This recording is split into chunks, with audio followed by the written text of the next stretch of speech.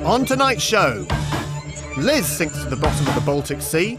I'm standing on the surface of a submarine, 80 metres at the bottom of the sea. I'm off to try and save the world from plastic. And Jem is going to try and climb a building with a pair of vacuum cleaners stuck to his back. That's Bango's the Theory, putting science to the test.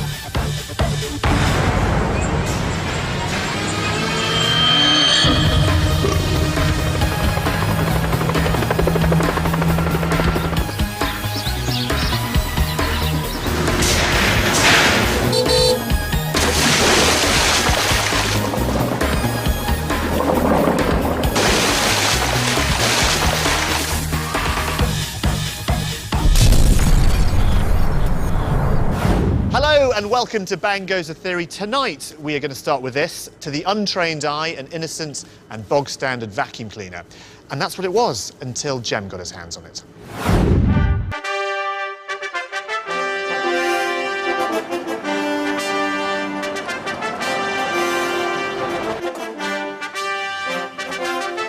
I've always been very keen on pushing household appliances to their limits. And the vacuum cleaner is actually one of the most powerful electrical machines you'll ever touch. And at 1500 watts, I don't think that kind of power should be restricted to removing crumbs from carpets. My hunch is these things produce enough suction to turn a man into a Spider-Man. Even the cheapest vacuum cleaners give a suction force of about 1/5 of a vacuum. It doesn't sound much, but that's a suction force of 1 kilo for every 5 square centimetres. The area of a postage stamp. So, on the area of this nozzle, it's a pretty good force, but not much. But suck all the air out of a sandwich box, and that's a massive force. Unbelievable. So I reckon if I suck out an area big enough, I'll be able to hang my own weight off a suction pad and a vacuum cleaner. Maybe. But then what would I do? Simple. Take that concept and turn it into a set of vacuum gloves, capable of scaling one of the smoothest buildings in the land, the BBC's own White City building. 100 feet of sheer aluminium cladding. As with all projects, the first task is to prove the concept works. If an area the size of a sandwich box can lift a sheet of ply, I'm hoping this can support my whole weight. All right.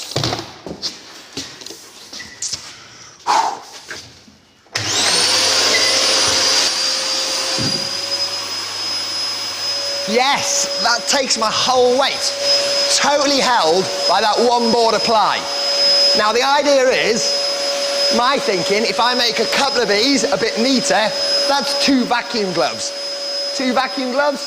I reckon I can start climbing buildings. And when you switch the vacuum off, it comes away pretty quick, which means I can release my hands and definitely climb. but there's a problem. You might think if a vacuum pad can hold me to the ceiling, it can hold me to a wall too. But watch this.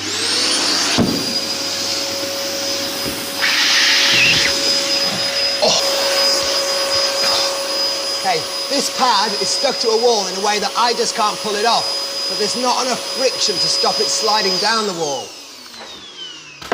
And if I'm going to climb buildings, I'm going to need an awful lot more friction. There's one material that might just solve the friction issue. Rubber is known for its grip and for keeping things airtight.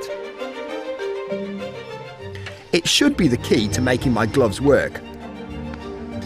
And after a lot of testing with different types of rubber, I eventually produced a seal. Soft enough to mould to brick, but with enough friction to hold me on smooth surfaces too. Now all I had to do was figure out how to turn my single pad into a Spider-Man style climbing machine. And after just a few more late nights, I had a system that seemed to work.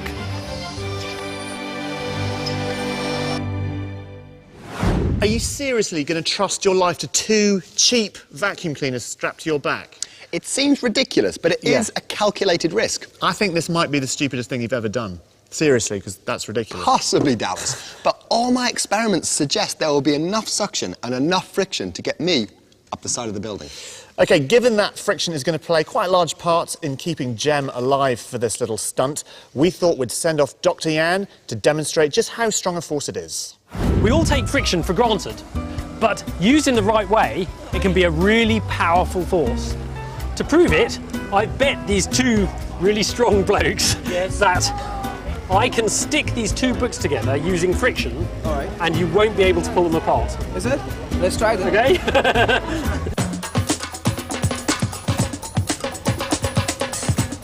Yeah, okay, you take that. Hold there. You take that bit. Right, go! Wait a minute. You sure you can do it? Just go on. Coming off it. There's something wrong with this box, isn't it? It really is just friction holding them together, honest. Okay, so if I have two pieces of paper and I try to pull one over the other, then obviously it's really easy. But there is a tiny bit of friction there. What's happening is that the molecules in one sheet of paper are being attracted ever so slightly to the molecules in another, so it takes a little bit of effort to pull one over the other. Now, that's only a very small force, but if you know what you're doing, a lot of very small forces can add up to something really strong. If I push down a bit on the top sheet of paper, then I'm squeezing the two sheets together, so more of the two surfaces are touching each other. That means there's a bit more friction and it's harder to pull them apart. So if I take a whole lot of pages and interleave them together like this, then, well, go on, have a go. Oh, getting there, maybe. It's happening, is it? I see your muscles going for it though.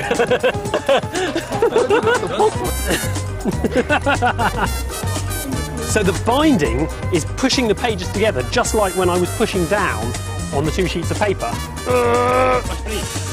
The harder you pull, the more the pages are pushed together. I believe There's no cheating here. I believe it. I would have thought I could have done it. Yeah, I would have thought that would have been easy. Yeah. That's mad. I'm quite Yeah. I'm really glad it's, Oops. Okay, next up, the Royal Navy have a new submarine rescue system. Now, to test it out, they decided to take part in a rescue exercise with the French and Norwegian navies in the Baltic Sea. Guess who got to tag along? I don't know, Jem? No. Yan? No. Me?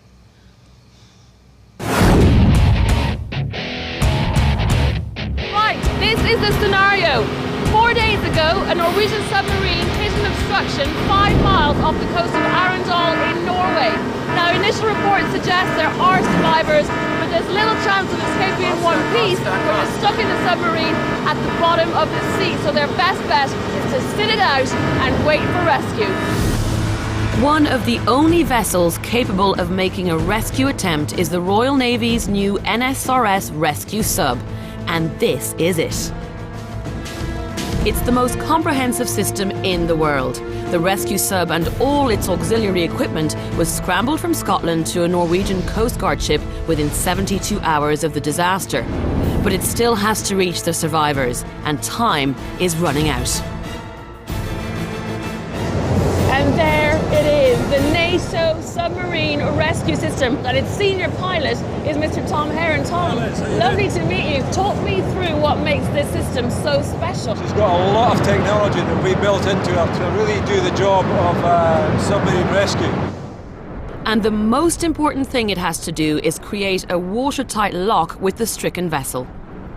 Right, Tom, this is actually the docking system, right? Yep. But it looks fairly simple because I was expecting lots of locks and bolts and hydraulics, etc. It's like this big rubber ring. It's a very simple system, and all we do is we create a hydrostatic differential between the internal and external pressure.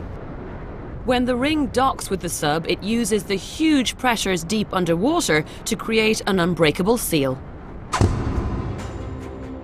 And I'm going to put that system to the test, descending 80 metres, docking a rubber ring onto the deck of the stricken sub, pumping out the water, and then opening the hatch. My heart is actually beating quite fast, I have to say. Ooh, we're wobbling a bit. Okay, we're now hanging over the water. Seal hatch 1, seal hatch 2. Understood. Roger, understood.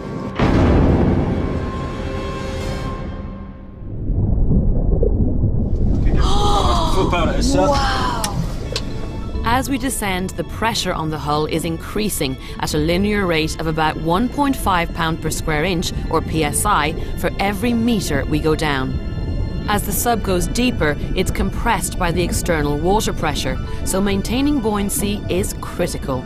If we get the buoyancy wrong, we could literally fall through the water. But at the moment, we're too light.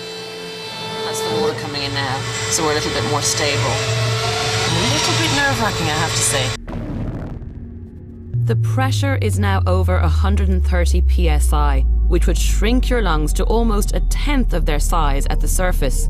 Visibility is practically zero as we finally locate the stricken sub. That is amazing. I've just looked at the surface of the sub. It's unbelievable. It's just really the most surreal thing I've ever done. We're right over the hatch. It's absolutely incredible. Right, be careful, the eye is directly below the skirt seal.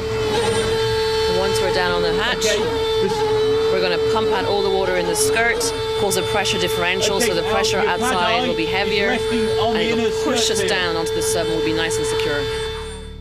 Physics says the pressure of the water column pushing us down onto the sub should seal the joint, allowing us to open the hatches and survive. But just one mistake could spell disaster, so they're not taking any chances. Okay, hatch one shut, visibility. Standard procedure requires that our pilot's hatch is locked, just in case. Unfortunately, we're a little bit sacrificial. Yeah, we're the ones who go first. I've got to get us back. So, it's a precaution, that is all. With that in mind, it's hard to believe what we're about to do. Open the hatch 80 meters below the surface. Seal is good.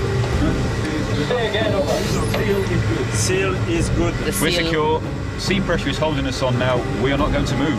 We are happy to open upper hatch. We open the hatch of the stricken sub, and the two are finally connected. And I can see straight down to the floor of the deck of the submarine on which the hatch is. And it's the moment of truth. Right, do not stand on that bracket there because that's not very tight.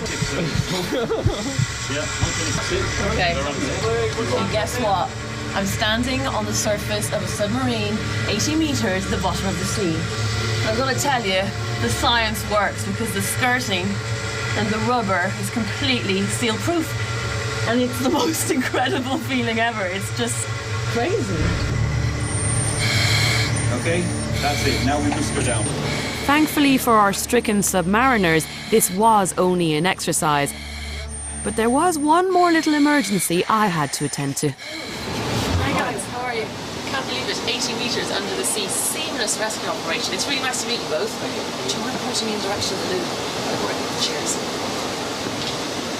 Weren't you just a little bit worried of it all going wrong? Yeah, a little bit, but to be honest, I just didn't let my head go in that direction while I was down there. But now we're back. Yes. I think we should go in that direction. Now, this is like your submarine, okay? It's a strong similar shape. plastic. Yeah, very strong plastic. But at the moment, the air pressure on the inside is exactly the same as the pressure on the outside, so the walls aren't going anywhere. No. But by removing just some of the air from the inside here, I can make the air pressure on the inside slightly lower than the outside, and you get to see what happens. Okay, and to do that, you're going to use a vacuum cleaner. You're quite fond of them this week, aren't you, Jem? It's just a phase I'm going through. Right, here goes. Okay. Whoa. Wow, that was so quick. That's ridiculous. Well, 100 metres below the surface, there is 100 tonnes of force on every square metre of that submarine. Amazing. So, they make the hulls about 2 inches thick, reinforce them with fat steel ribs. Okay. But even with all that steel and all that shape and all that engineering, I wouldn't go down there. I think you're very, very brave. Well, thank you very much, Jem. OK, up next, it's plastic, probably one of the most important inventions of the last 150 years. It's literally everywhere. It is everywhere, but that's the problem, isn't it? Because of the way it's made, plastic sticks around for ages. OK, but I'm not giving up on plastic just yet. To show you what I mean, I'm going to first make myself immortal with the help of a full laser body scan. And where better to get a full laser body scan than the women's wear section of my local department store. A series of lasers scans every contour of my body. Now we're going to turn that full body scan into a 3D plastic doll. This is an amazing machine. It's actually a 3D printer.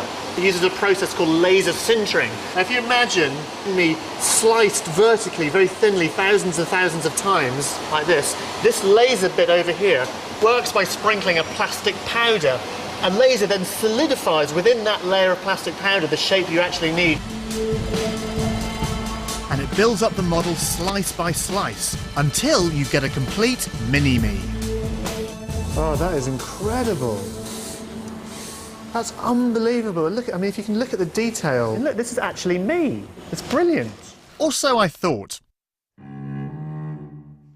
Because no matter how cute Mini-Me is, there's one big problem. He's not going to go away.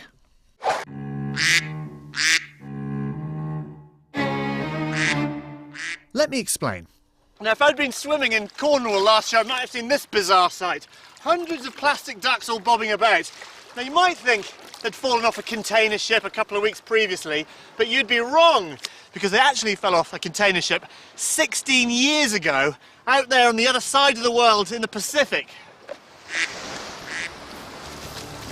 Since then, they've floated all over the globe. So they fell out here in the middle of the Pacific, and then a few ended up by the coast of South America and around here. Even over in Japan, around there. And some actually got stuck in the Arctic ice, and they were carried all around the Arctic in the ice, and then gradually made their way down to the Caribbean, and then caught a lift on the North Atlantic Drift, and ended up in Cornwall. So how do these guys survive for so long? Well, it's because plastic is made up of these chain-like, very, very long molecules, which all kind of intermingle. Can you imagine something like really long hair that gets a bit sort of matted and tangled, and it's very, very difficult to separate? And that's a bit like the plastic. And the problem is there's nothing that's actually evolved that can break these molecules down. So it all just accumulates, much of it ending up in our oceans. In fact, there are over 40,000 bits of plastic per square mile. So this is what water in the Pacific can look like, a sort of plastic soup. You can see these big bits, obviously, but most of it's microscopic. But even these big bits are going to break down smaller and smaller. But the thing is, they never break down completely. They're always going to be there. In some areas, for every kilogram of plankton, there are 46 kilograms of plastic. And it's not just a problem for the ocean. The plastic sooner or later gets into the food chain, which means into you. So that's the bad news. The good news is that scientists at University College Dublin can now make biodegradable plastic. What's more, they can make it from the waste plastic that's clogging up our world. Could your process, you know, dispose of the evil Mini-Me Dallas plastic directly? Oh, definitely. Firstly, you have to pyrolyze it. Wait, first I have to what it? Pyrolysis, we should melt it first. Melting helps break down the crucial long-chain molecules. I'm melting! What we're trying to do is to turn the evil, non-biodegradable Mini-Me into something more palatable, and the secret weapon is bacteria. So this is the recycled Mini-Me melted plastic in a jar. OK, this is it. Goodbye, cruel worlds. And it's this bacteria that's going to turn what's left of evil me into nice green plastic. And now the melted plastic is going to come dropping down there. Oh, I see. So it's just like drip by drip. You just drip it in really slowly. So these are just bacteria in here and frothing around having a plastic lunch.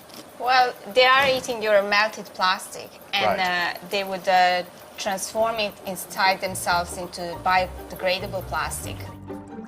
It's the little critters in here that might just save the planet. And the end result is this, 100% biodegradable plastic, PHA. Look at that.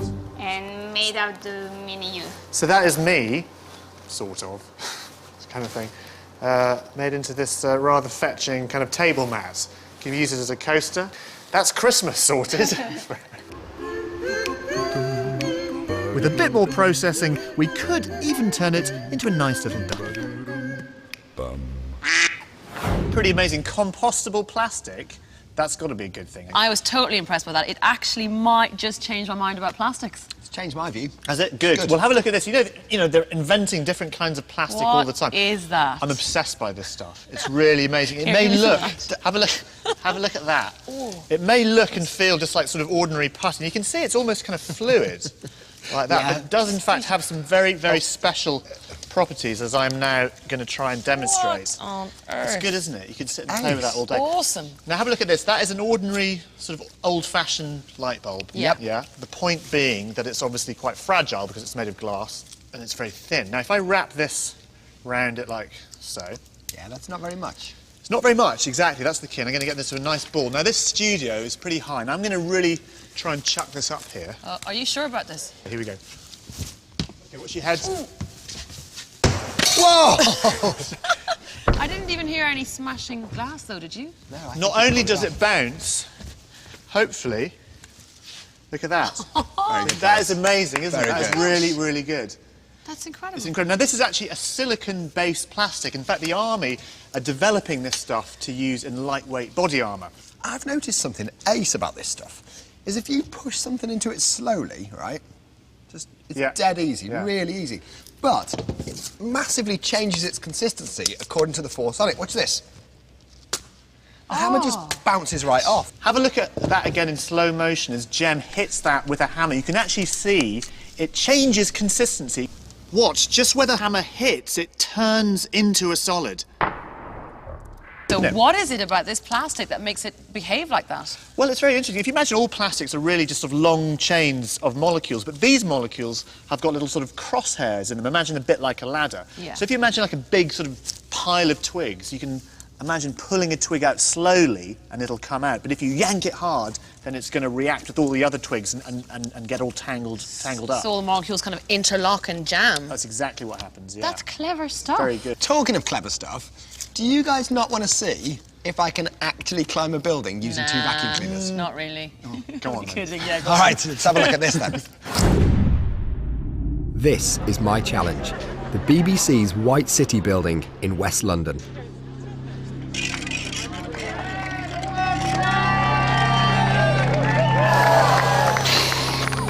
This is it.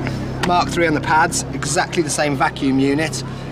I'm going to try and climb 100 feet of sheer aluminium-faced building.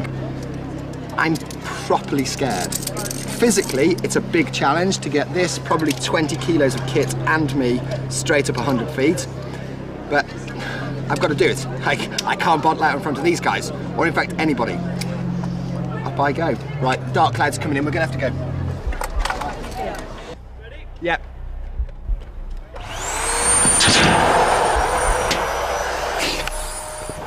With 500 people watching, the first few feet seemed just fine. But soon, my arms began to ache. I'd like to say I'm never going to use the stairs again. Fact is, I think I probably will.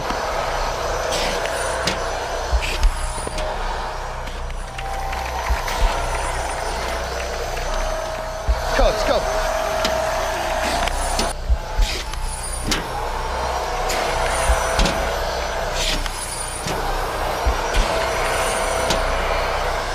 It's getting a bit tiring and the surface starts feeling a bit slippier. But the main thing I'll worry about is the rain. We've got a tiny window in the weather. I've just got to go now. Behind the building, the weather was changing fast. Rain on the aluminium surface would destroy any friction from the gloves. The clouds are looking really dark. I'm just going to keep going. If it starts raining, I'm toast.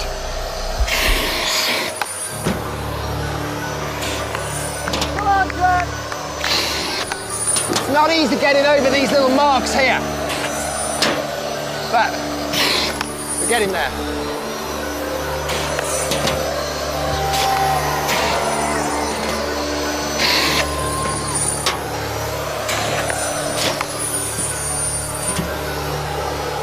Let's start getting near the top. You can feel the scum on the building. Let's get it a tiny bit slippier. I'm just gonna have to keep pushing on now. But as I climbed, I found another problem. The building's real slippy here. Grease caused by traffic pollution.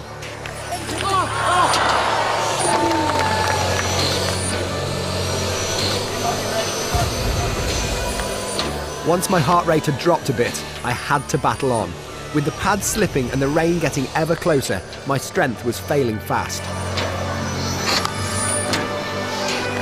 So nearly down, about 2 feet from the top.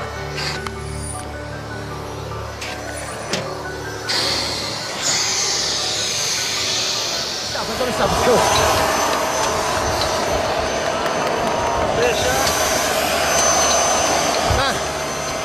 That's unbelievably high.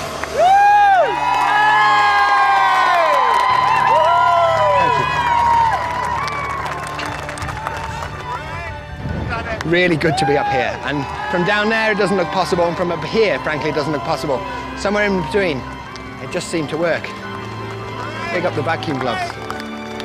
Wow.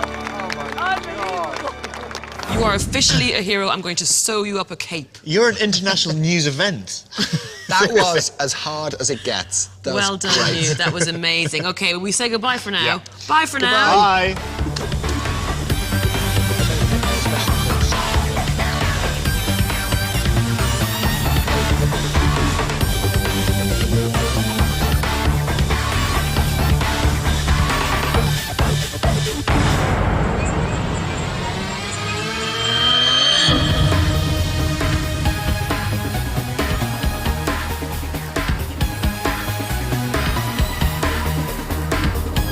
Are you sure about this? Yeah, of course I am. Okay, let's do it. Okay, I'm going to get it ready. Okay. How are you? You Okay, actually, I mean, I felt it, but not... My God! Ah!